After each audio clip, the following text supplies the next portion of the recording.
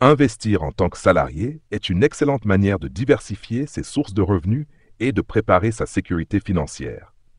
Voici quelques conseils et exemples détaillés pour commencer à investir tout en ayant un emploi à plein temps. 1. Définissez vos objectifs financiers. Court terme, 1 an, peut-être un fonds de sécurité ou un projet spécifique. Moyen terme, 3-5 ans, achat d'une voiture, financement d'études, etc. Long terme, 5 ans et plus, achat immobilier, retraite anticipée, etc. Définir ces objectifs aide à choisir les investissements en fonction de l'horizon et du risque acceptable. 2. Constituer un fonds d'urgence. Avant de commencer à investir, mettez de côté de 3 à 6 mois de dépenses de vie en cas d'imprévu, perte d'emploi, urgence médicale. Ce fonds doit être facilement accessible, donc privilégiez un livret d'épargne ou un compte courant rémunéré. 3. Investir dans un PEA ou une assurance vie. Le plan d'épargne en actions, PEA, et l'assurance vie sont des enveloppes fiscales pour investir sur le long terme. PEA. Investissez dans des actions européennes avec des avantages fiscaux intéressants après 5 ans.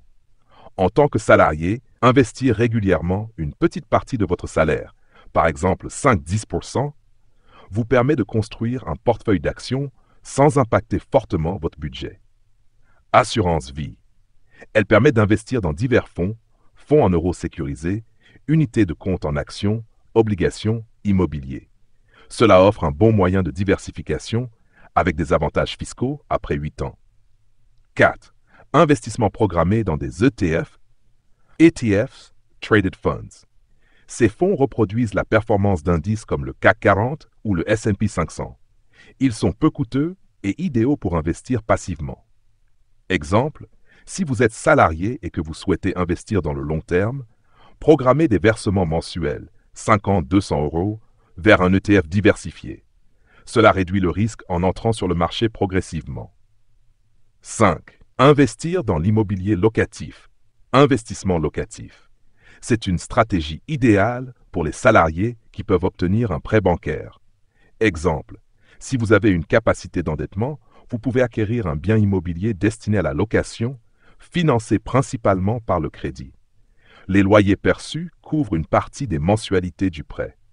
SCPI, Société civile de placement immobilier. Alternative pour investir dans l'immobilier sans gestion directe. Vous devenez copropriétaire de biens immobiliers professionnels, bureaux, commerces et percevez des loyers proportionnels à votre investissement. 6. Investir dans un PER, plan d'épargne retraite. Le PER est un dispositif pour préparer la retraite avec des avantages fiscaux. Vous pouvez déduire les sommes investies de votre revenu imposable, ce qui est intéressant pour les salariés ayant une forte imposition. Ce placement est bloqué jusqu'à la retraite, sauf cas exceptionnel, et permet d'investir dans des supports variés, actions, obligations, immobilier. 7. Profitez de l'épargne salariale. Si votre entreprise propose un plan d'épargne salariale, PE, PERCO, profitez-en. Ces plans peuvent bénéficier de l'abondement de l'employeur, ce qui est un bonus sur votre épargne. Exemple, si votre entreprise propose un PEE avec un abondement de 100% jusqu'à 1 000 euros, investir ce montant chaque année double votre épargne sans risque. 8. Diversifier avec des produits à risque modéré, obligations, crowdlending. Obligations, moins risquées que les actions, elles offrent un rendement fixe. Crowdlending, prêter à des PME ou des projets en ligne, XYZ, Lendix. Attention, cela peut être risqué, donc n'y mettez qu'une petite partie de votre capital. EXA, 5-10%.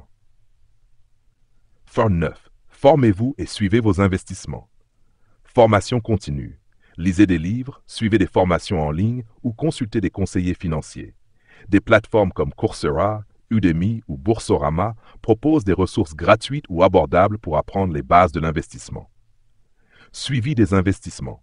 Fixez un moment par mois pour vérifier vos portefeuilles et faire des ajustements en fonction des objectifs. Exemple de stratégie d'investissement pour un salarié débutant. 1. Constituer un fonds d'urgence. 3 000 euros. 2. Assurance vie et PEA, 150 euros par mois pour chaque, répartis en fonds en euros et ETF pour l'assurance vie et actions diversifiées pour le PEA. 3. Immobilier SCPI. Investissement initial de 3 000 € dans une SCPI pour générer un revenu régulier. 4.